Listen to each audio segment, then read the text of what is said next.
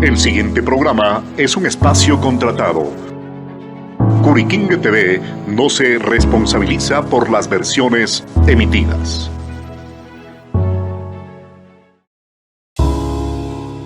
El siguiente programa es de clasificación O. Opinión.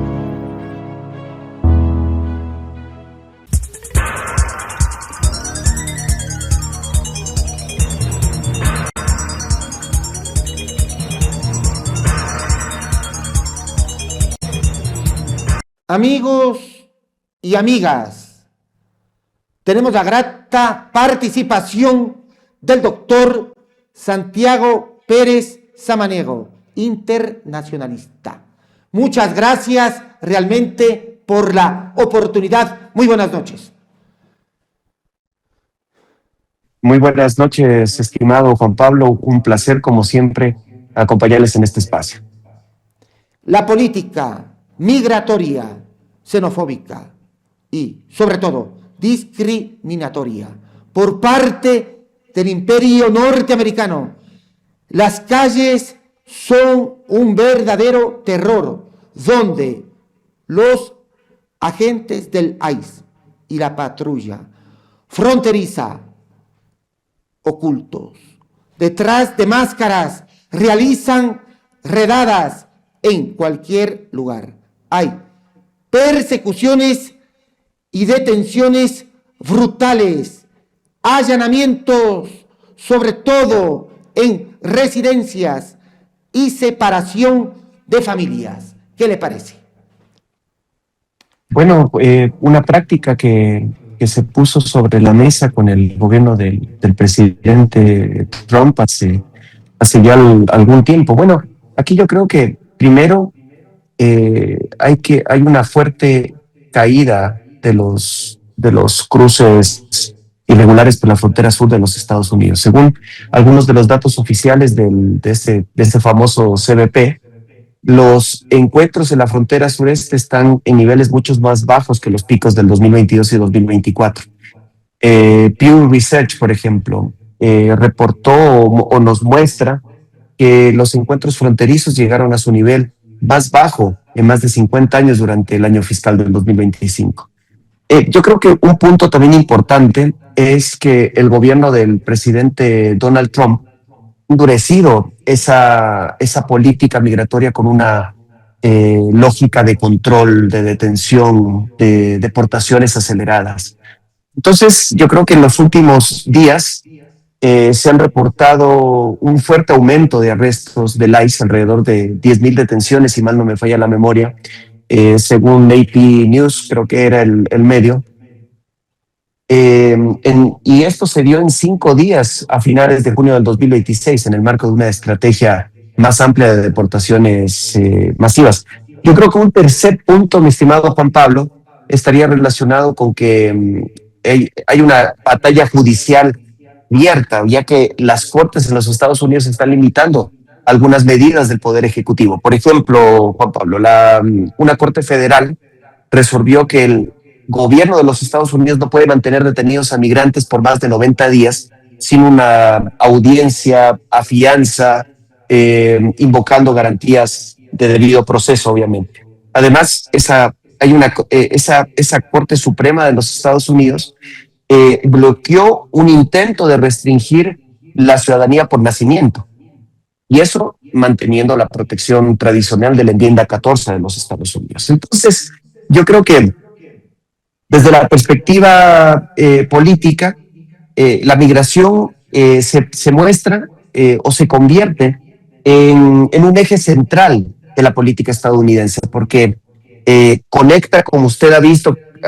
Recuerdo cuando hablamos con usted, Juan Pablo, sobre la estrategia de seguridad nacional de los Estados Unidos y la estrategia de defensa, estrategia de seguridad del año 2025 y la estrategia de defensa del 2026, donde se ponen una serie de condiciones o de una hoja de ruta directa por parte de los Estados Unidos para poder mitigar el fenómeno de la migración, la lucha contra el crimen organizado transnacional y los temas relacionados con la retirada de la ecuación de actores extrahemisféricos como los rusos, los chinos y otras potencias mundiales.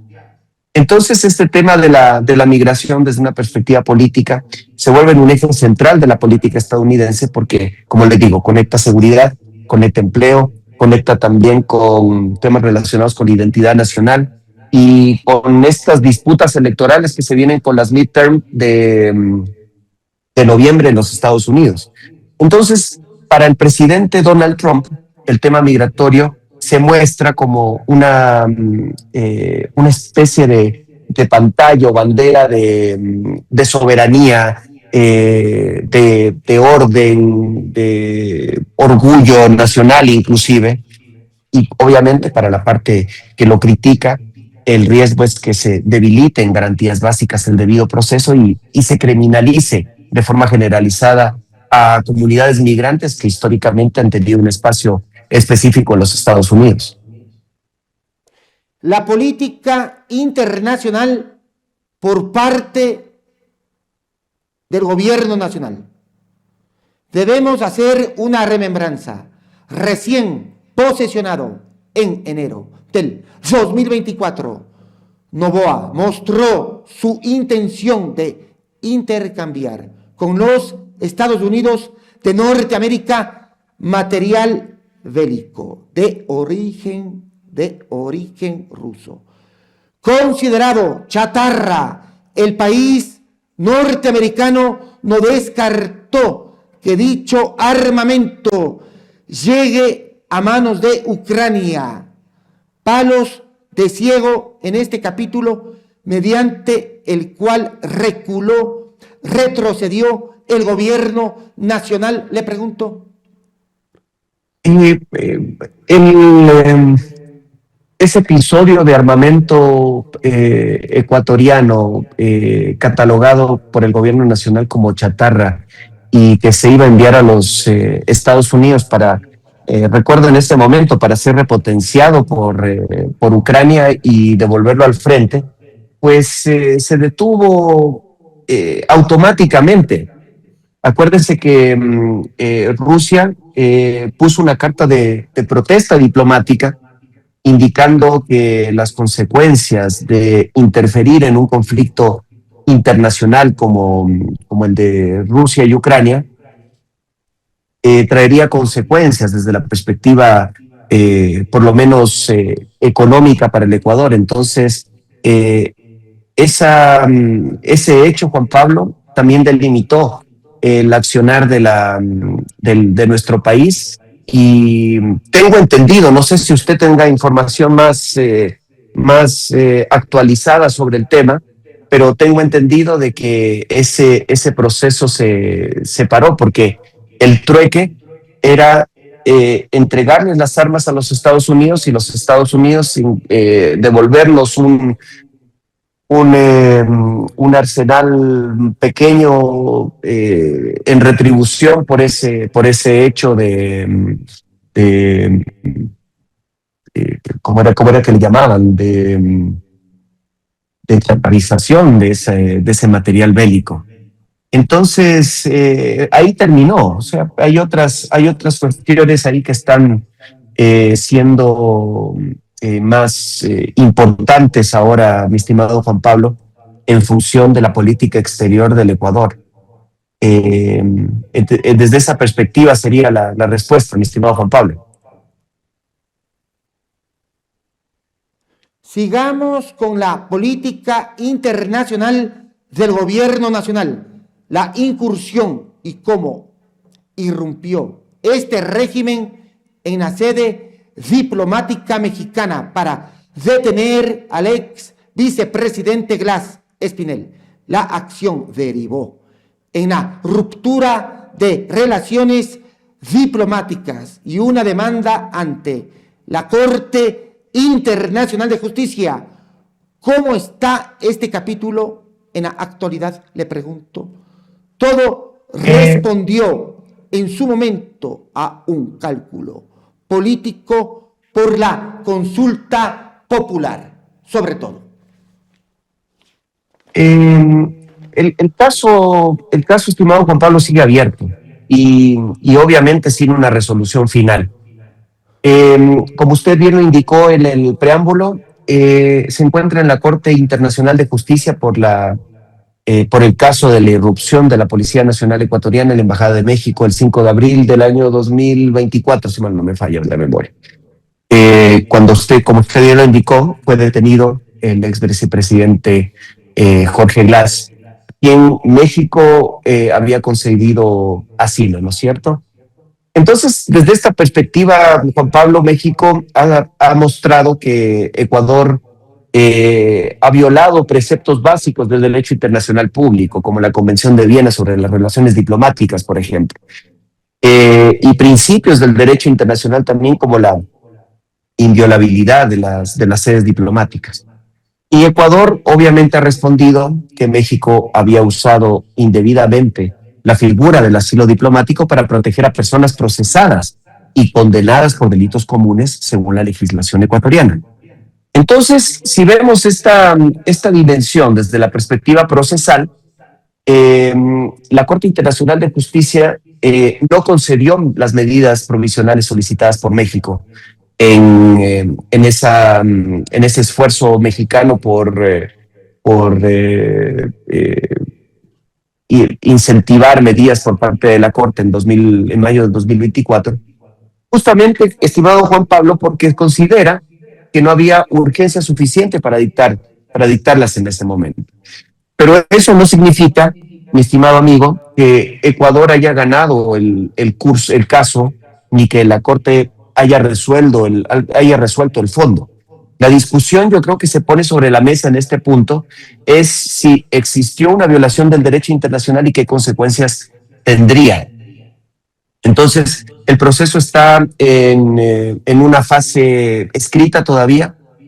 Según ese calendario que fija la Corte Internacional de Justicia, hay una ronda de alegatos que, si no estoy seguro, comienzan no sé si del 20 al 25 de agosto de 2026, donde Ecuador debe presentar una réplica y México su dúplica hasta el 25 de febrero, creo que es el 2027. Entonces, si lo vemos desde esta perspectiva, la sentencia de fondo probablemente no llegue de inmediato. Otra cuestión, Juan Pablo, son las cuestiones políticas, como usted bien lo señaló en el preámbulo. Las relaciones obviamente continúan muy deterioradas. México mantiene las relaciones diplomáticas con Ecuador y descarta siempre, según la presidente, ¿cómo se llama? Sheinbaum, ha descartado una normalización que pueda darse en un tiempo corto. Sheinbaum también ha mostrado que no restablecerá relaciones mientras el presidente Daniel Noboa siga en el poder. Entonces, este caso, desde una visión o una lectura política, obviamente, es importante analizarlo por la gravedad de los hechos. Yo creo que este tema toca uno de los pilares más sensibles desde la perspectiva del derecho diplomático, que es la inviolabilidad de las sedes diplomáticas en un contexto, obviamente, de respeto al orden internacional y a las normas del derecho internacional público. Obviamente, Ecuador ha justificado su actuación desde esa lucha contra la impunidad y el cuestionamiento del asilo concedido a esta persona, Jorge Glass, sentenciado por la ley ecuatoriana, pero la parte mexicana también lo ha presentado como una violación directa a la soberanía diplomática y desde esa perspectiva obviamente tienen razón, ¿no es cierto? Pero obviamente los hechos que se han marcado dentro de esta perspectiva también tienen justificativos ambas partes para haber tomado las decisiones que tomaron en su momento. Entonces, la Corte Internacional de Justicia tendrá que hacer un ejercicio de equilibrio entre dos debates y dos posiciones que se vuelven antagónicas desde la perspectiva política. Por un lado, el respeto de las absoluto, podríamos decirlo, a las sedes y misiones diplomáticas. Y por otro lado también esos límites que deben existir al asilo cuando las personas asiladas enfrentan procesos penales en el Estado. Entonces, ahí tenemos algunas visiones y algunas contraposiciones también respecto a este tema, Juan Pablo. Vamos con el capítulo arancelario. La Secretaría de la CAN, tras resoluciones, que son 3, ordenó a Ecuador y Colombia retirar los aranceles recíprocos que ambos países se han impuesto mutuamente. Lo que hizo Colombia, hay que decirlo a viva voz, fue responder ante la imposición arancelaria instaurada por parte del mandatario Noboa. El Ecuador estableció una tasa de seguridad porque Colombia no colaboró en la lucha en contra del narcotráfico en su frontera. ¿Qué le parece? Bueno, ese hecho de los aranceles obviamente ya pasó a un segundo plano, mi estimado Juan Pablo, cuando con este nuevo giro que ha dado Colombia, separándose de la línea progresista de Gustavo Petro, Colombia está viviendo un momento de giro político realmente importante. Y sobre todo alineado con todos estos procesos de polarización política que viven nuestros pueblos latinoamericanos, que es innegable. Usted sabe que tras la victoria de Abelardo del Espirela, que ya fue confirmado por el Consejo Electoral colombiano, después de una segunda vuelta muy cercana frente al candidato justamente del gobierno, que sería Iván Cepeda, ese país o Colombia entra en una etapa de transición desde el gobierno de Gustavo Petro hacia una administración de derecha más dura, ¿no es cierto? Que está poniendo mucho énfasis en temas de seguridad, de orden interno, de lucha contra el narcotráfico. Con una dimensión importante que hay que poner sobre la mesa y que están experimentando muchos países en América Latina, que es ese realineamiento con los Estados Unidos. Entonces, ahí hay algunas cuestiones importantes. Regresando al tema, Juan Pablo, de los aranceles, sobre estos aranceles entre Ecuador y Colombia, el punto importante que hay que poner sobre la discusión en este espacio es que la relación bilateral entre Ecuador y Colombia venía muy tensionada por la decisión de Ecuador de aplicar esta tasa de seguridad, como usted bien le indicaba, a los productos colombianos. Pero Petro también, como usted bien lo conoce, llegó a considerar incluso la salida de Colombia de la comunidad andina, porque esos aranceles hacían muy difícil el comercio binacional, según la perspectiva del señor Petro. Entonces, esa crisis afectaba especialmente las zonas fronterizas, el comercio formal, al transporte, pequeñas empresas, el encadenamiento de productos. Entonces, aquí vemos también que yo no justifico ninguna de las dos visiones de este tema, porque cada uno tenía sus argumentos, pero el tema es que esta crisis arancelaria pasó a un punto de ideologización, ¿no es cierto? De poner la ideología como base fundamental de un tema que debe responder al interés nacional, que debe responder a las personas de las zonas de frontera, y que el único beneficiario directo de este tipo de prácticas obviamente pudo haber sido el crimen organizado transnacional, las redes de tráfico de productos, de bienes, de servicios. Entonces, ahí tenemos un punto importante que debemos tomar que debemos poner más bien sobre la mesa. Con Del Estirela, Juan Pablo, el escenario político puede cambiar, no sé si radicalmente, pero puede cambiar mucho. Hay muchas señales de una relación mucho más cercana con el presidente Noboa. Incluso desde la campaña, cuando Noboa mantuvo esa videollamada con Del Estirela, cuando hablaron de esa relación bilateral, cuando hablaron de los aranceles, y Noboa se comprometió inclusive a dar de baja esos aranceles. Esto permite prever, yo creo que una etapa. Pero ya estaba la resolución de la CAN. Perdón por la interrupción. No, claro, pero fue un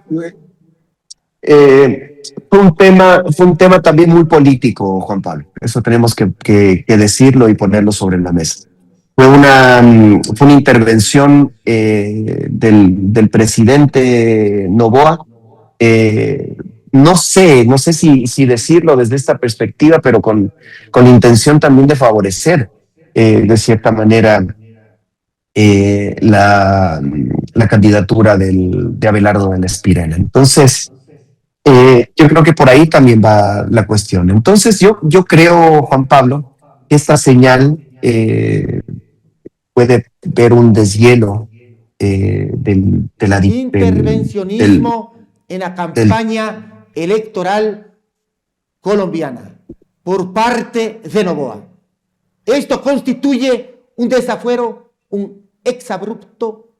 Perdón por la interrupción, le digo de paso, Santiago. No, tranquilo, Juan Pablo, porque es su programa, usted pone las condiciones aquí.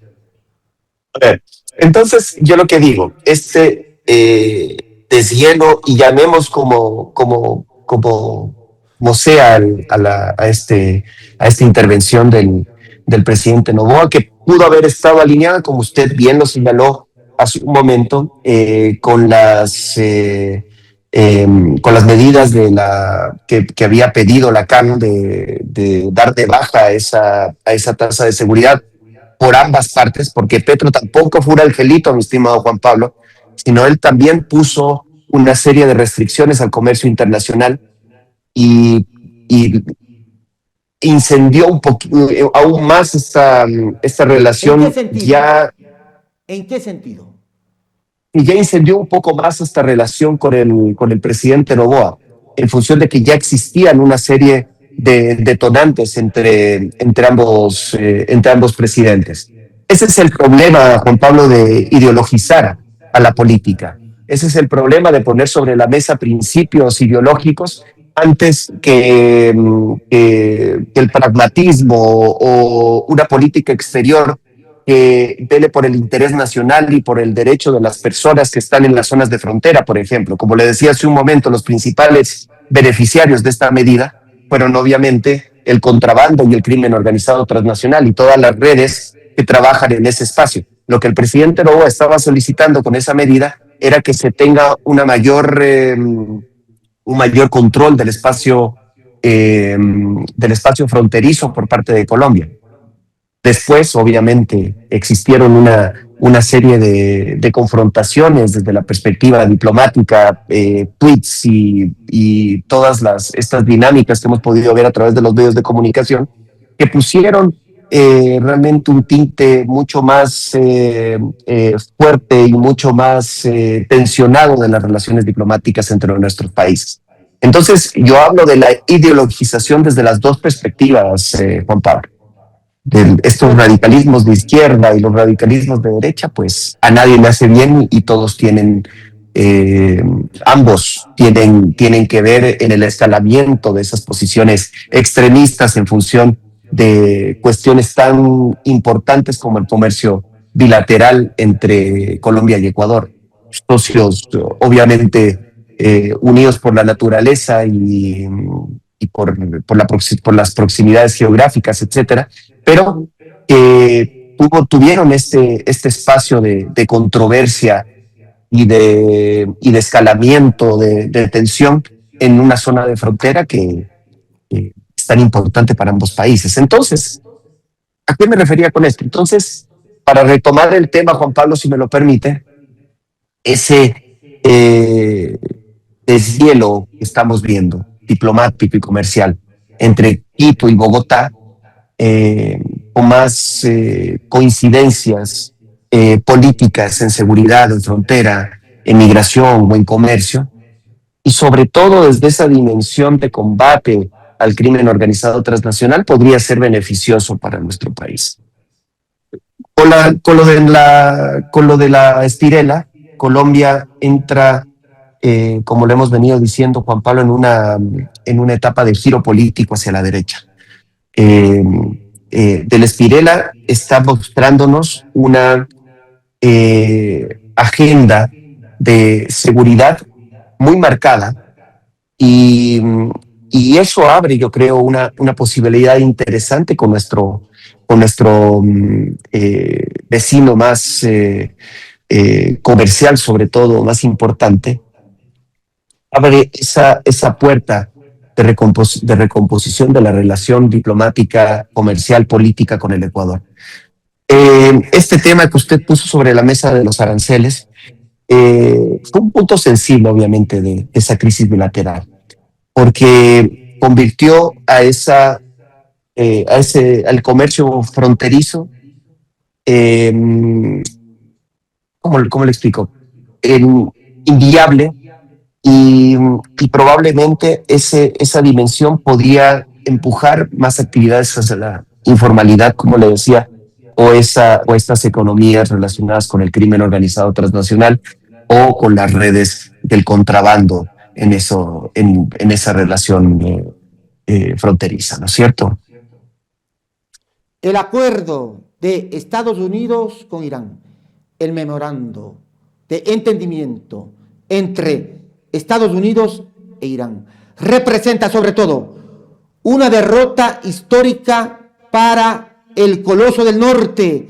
Este memorando contempla un cese de hostilidades, la reapertura del estrecho de Hormuz, la suspensión del bloqueo naval gringo, la flexibilización de sanciones contra Irán y sobre todo el establecimiento de un fondo de inversión y reconstrucción de 300.000 millones de dólares norteamericanos a favor de la economía de Irán. En cuanto a renunciar a la obtención de un arma nuclear, el mismo compromiso ya se había adquirido bajo el Plan de Acción Integral Conjunta. ¿Qué le parece? El tema entre los Estados Unidos e Irán se encuentra en un punto de fragilidad, mi estimado Juan Pablo. Hay una tregua muy frágil. No estamos hablando también de que ya encontraron un camino específico que les permita sentarse en una mesa a negociar y encontrar un camino para la paz, en lo absoluto. Después del conflicto entre los Estados Unidos, Israel e Irán, y los proxies también dentro de la región de Oriente Medio y Oriente Próximo, existen negociaciones indirectas, existen mediadores. Qatar, Omán, Pakistán fueron parte de este espacio. Y justamente este acuerdo provisional entre los Estados Unidos de Norteamérica e Irán y tiene la intención específica de poder, obviamente, reabrir plenamente el estrecho de Hormuz y encaminar una negociación hacia lo que usted comentaba hace un momento, de restringir el uso o la creación o la construcción de armamento nuclear por parte de Irán y dejar eso cerrado en un acuerdo que no les permita esa proliferación nuclear, ¿no es cierto? Y por otro lado, el tema comercial, estimado Juan Pablo, pensaron, yo creo que los Estados Unidos al momento de intervenir en Irán, pensó que podría ser una intervención militar mucho más limpia, mucho más certera, muy alineada con lo que pasó con la extracción de Nicolás Maduro, que iba a encontrar también espacios para que el régimen de los ayatolás no necesariamente pueda fortalecerse, sino más bien retirarlos de la ecuación y encontrar un gobierno afín a los intereses de Israel y los Estados Unidos y todas las naciones que sienten preocupación por la escalada de los conflictos y el involucramiento de otros actores dentro del espacio del Golfo. Entonces, yo creo que el punto sensible en este espacio sigue siendo o sigue constituyéndose ese programa nuclear iraní. Este acuerdo provisional contempla obviamente el retorno de esos inspectores de la Organización Internacional para la Energía Atómica, pero hay algunos desacuerdos también sobre el alcance y los calendarios de esas inspecciones. Esa Organización Internacional de la Energía Atómica necesita acceso fuerte y sobre todo que sea verificable. Irán, en cambio, condiciona el acceso a ciertos sitios clave a un acuerdo final y el levantamiento de las sanciones por parte de los Estados Unidos en esta posibilidad de encontrar un camino para la paz y la seguridad. Entonces, aquí, Juan Pablo, hay 4 puntos que quisiera poner sobre la mesa.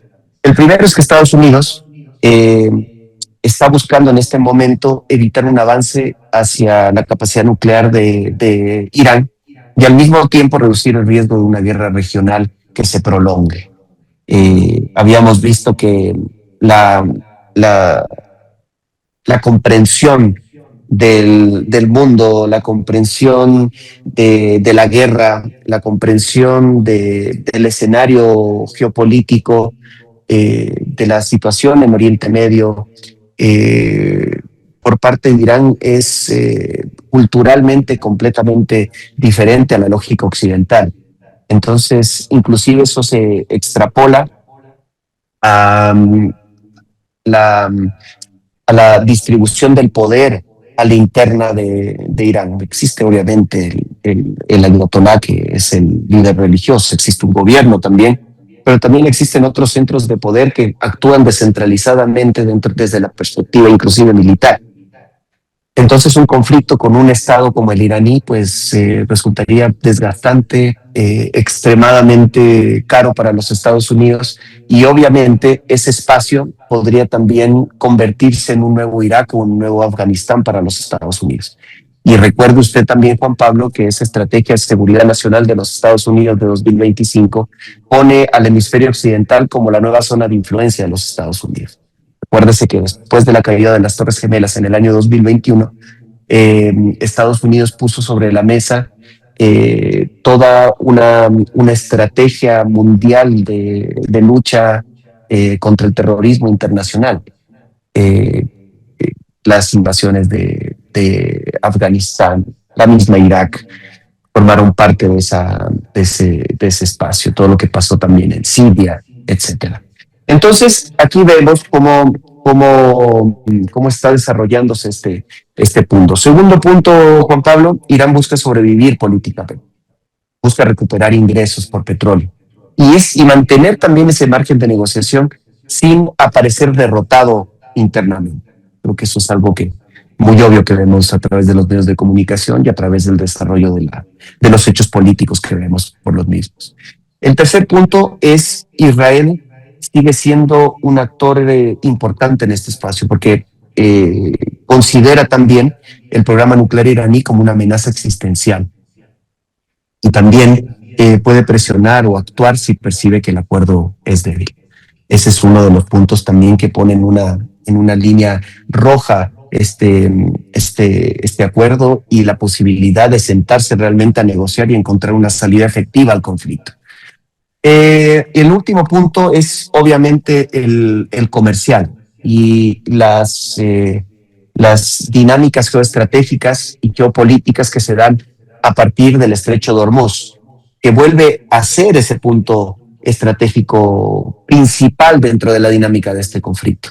Por allí pasa una parte esencial, hablamos del 20 al 25% de la capacidad petrolera mundial. Entonces, bueno, no solamente petrolera, sino gasífera. Bueno, hablemos de energía mundial, ¿no es cierto? Y cualquier cierre de este espacio o ese peaje que está proponiendo Irán afecta obviamente al petróleo, al gas, inclusive a los fertilizantes y obviamente a procesos relacionados con la inflación global. Juan Pablo, le agradezco mucho por el espacio. Muchas gracias realmente por la oportunidad. Nos faltó tiempo. La próxima, Juan Pablo, con muchísimo gusto. Yo le agradezco a usted siempre por estar pendiente y por tomarme en consideración en estos espacios que valoro y aprecio mucho. Tiene sapiencia, inteligencia, destreza, capacidad, sobre todo, indiscutiblemente. Muchas gracias por la oportunidad. Juan Pablo, gracias, Juan Pablo, querido. Le mando un abrazo fuerte. Será hasta la próxima. Muchas gracias. Señora, seamos sinceras. ¿Su casa ya está pidiendo un cambio? Es hora de darle ese toque único que solo usted sabe elegir. En Dakota encontrarás todo para la decoración de tu hogar y tu cocina. Vajillas, tazas, hermosas carteras y elegantes relojes. Porque cada detalle habla de ti. Sorprende, decora y enamórate de tu espacio.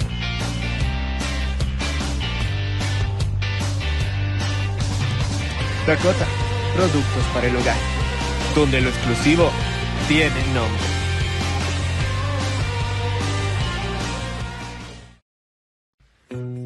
Sansur Importaciones. Calidad, confianza y las mejores marcas en un solo lugar. En Sansur Importaciones te ofrecemos una amplia variedad de productos de marcas reconocidas a nivel mundial, garantizando originalidad, durabilidad y estilo en cada compra. Productos 100% originales. Precios competitivos. Variedad que se adapta a tus necesidades. Atención personalizada. Ya sea que busques tecnología, accesorios o artículos exclusivos, en Sansur Importaciones encuentras lo mejor del mercado.